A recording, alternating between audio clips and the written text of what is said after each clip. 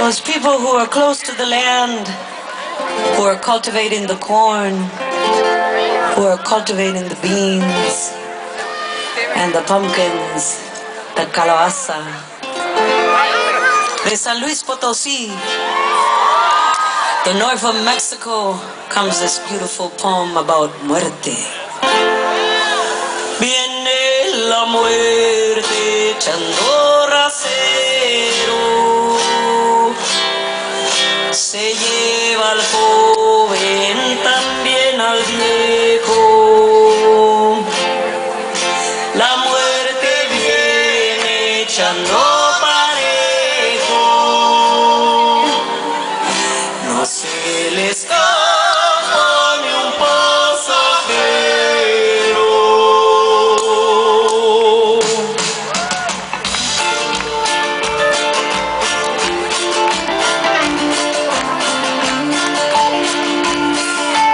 No se escapa ni el rezandero y ni el borracho por vinatero, ni el asesino por ser matón. Todos tendremos que ir al panteón. Viene la muerte echando rasero, se lleva al joven, también al viejo. La muerte viene echando parejo, no se le escapa ni un pasajero. Mueren obispos, mueren profetas, mueren vicarios y confesores. Ya no los curan ni los doctores, ya no les valen las ampolletas. Mueren cantantes, mueren poetas. Se muere el rico y el jornalero, también se muere el talabartero. Y al carpintero con más ventaja, porque hasta el mismo se hace su caja.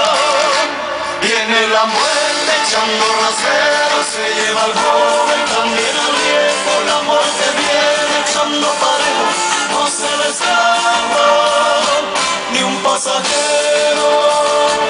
Viene la muerte echando rasero, se lleva al joven, también al viejo. La muerte viene echando parejo, no se le escapa ni un pasajero.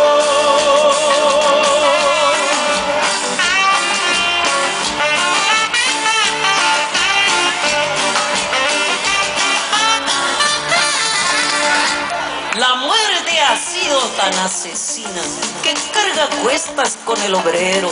Muere el casado, muere el soltero, muere el cristiano de gran empresa. Antes que venga hay que echar cerveza. Hacia la tumba vamos marchando sin dilación. Bien remachados en un cajón, 4 personas nos van cargando. Viene la muerte echando rasero.